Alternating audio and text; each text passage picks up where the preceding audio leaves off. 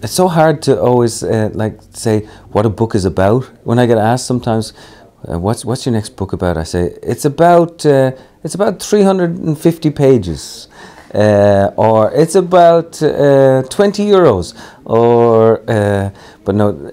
Essentially, what it's about is a series of significant transatlantic voyages that were made between America and Ireland over the past 150 years, and in a certain way it's kind of like an alternative Irish history, but there are lots of other things that it's about, and you know, now that the book is finished, I'm only learning what it's essentially about, because I think the most important thing is that other people teach you what your work is truly relating to, so that a writer operates on a sort of emotional level, and not necessarily on the deepest, most conscious intellectual level at first. So things make sense afterwards. But if anything, I would hope that this book is about grace and about interconnectedness. I have always wanted to get to the heart of the Irish conflict. I mean, our great story in the 20th century, the great Irish story, was the fact that we negotiated peace. It will be a great story for another 100 years as long as the peace holds. But it will also be a story for other nations to have a look at, whether it be, say, Colombia or Mali or other places.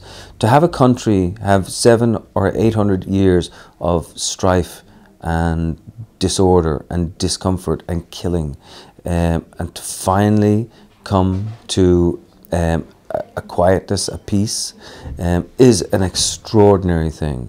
Peace is so much better, obviously, than war, but it's absolutely more difficult to write about too. So for me, I really wanted to write about the conflict in Northern Ireland. I wish I could lie to you and tell you that I knew all the way along exactly what this story was going to be. Yes, I had it completely formed. I had a perfect map. I knew that A was going to meet B, was going to meet C, was going to meet X, Y, Z. No, I didn't know what I was doing. Like, and a lot of the time, that's what writing is like. You write towards your obsessions. You write towards what your heart gravitates towards and what your head gravitates towards. And sometimes you don't even know where you're going. It's like being an adventurer and going into some wilderness that you've never encountered before. And so you suddenly like take off, and then you might take the wrong path, or you might get drowned straight away, or else you might go out into deep waters and not even know where you're going, and end up someday in some sort of fabulous Galapagos of the imagination. And oh, look at this island, it's so interesting.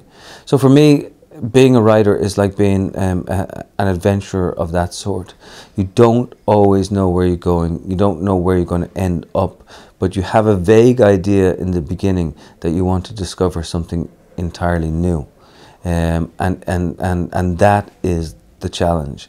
And so the idea that you can uncover new territory, whether it be human territory or political territory or just like ordinary everyday life sort of stuff that's freshly seen, that's the challenge. So to be honest with you, I didn't know what I was going to do, except I was very intrigued by the idea of Frederick Douglass going to Ireland, still a slave, in 1845, and I was very intrigued by the idea of George Mitchell coming to Ireland in 1996 to 1998 and negotiating our peace process.